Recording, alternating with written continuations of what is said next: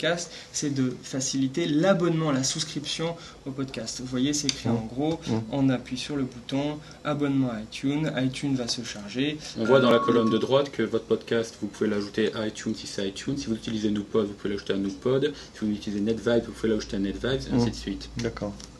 Voilà, en l'occurrence, le podcast est créé, podcast test. Voilà, on a l'épisode 1. Eh ben dites donc, hein, la valeur n'attend pas le nombre des années, dites-moi. Voilà. Vous avez des concurrents? Oui. On a, si vous voulez, Podemus, par exemple, propose un service, mais un service qui est beaucoup plus difficile à utiliser que le nôtre, qui est moins intégré. C'est un service notamment qui est...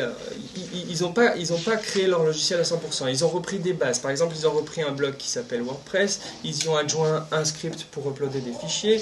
Bref, tout ça n'est pas forcément très malléable pour eux. Des options comme le multipodcasting, ils ne peuvent pas le mettre en place si simplement. Nous, on a une autre option qui est très intéressante, c'est l'option d'animation. C'est-à-dire que sur un seul podcast, vous pouvez brancher, connecter d'autres utilisateurs Libcast à l'administration de ce podcast. Et par exemple, créer un réseau social de 10-15 personnes qui mettent à jour un podcast que vous avez dans votre offre. C'est ça que vous appelez animation. Dans un même flux, vous allez trouver les fichiers, les émissions de plusieurs personnes différentes. Ah, d'accord. Ça présente de l'intérêt?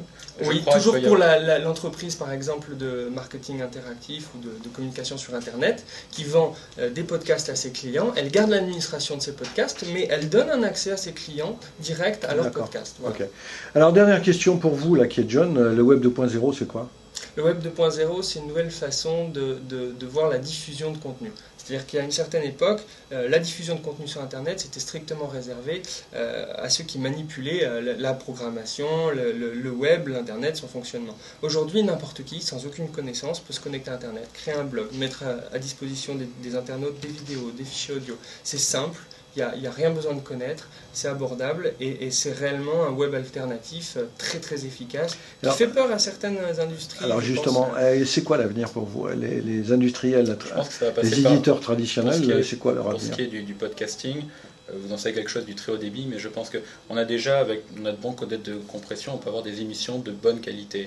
Je pense à Rocket Boom, mais avec le très haut débit, je pense qu'on va vraiment avoir des qualités en haute définition, des contenus, des émissions, des films. Mais alors dans 10 ans, c'est quoi le paysage? Dans 10 ans, c'est... Plus de télé, c'est certain, mais on n'est pas le premier. Dans 10 ans, c'est du contenu réellement à la demande. C'est-à-dire qu'à mon avis, vous avez besoin de quelque chose, vous allez sur Internet, vous le trouvez en haute définition, rapidement, plus d'attente, plus de téléchargement, plus de chargement, un contenu très très très riche. Et de n'importe où. Et voilà, et cela de n'importe où. Je pense que dans la rue, on aura accès à Internet. Les éditeurs traditionnels, à mon avis, ils auront tout intérêt à... Par exemple, le journalisme. Il n'y a pas un seul journal, radio, télé, qui puisse se targuer d'avoir un réseau de journalistes aussi étendu que les particuliers qui ont tous un téléphone avec un appareil photo, partout dans le monde, à tout temps, à tout moment. On a tous accès à Internet, l'information circule en 5 minutes, elle fait le tour de la planète. Il n'y a pas un seul réseau de médias traditionnels qui peut se permettre de faire ça aujourd'hui. Donc je pense que demain, l'avenir, c'est ça. Alors que vous êtes bien placé avec votre produit là. Voilà. Eh bien écoutez messieurs, bravo, et puis bon courage pour la suite des événements. Merci. Et peut-être continuer vos études, on ne sait jamais, non? Oui. Au revoir. Au revoir. Merci.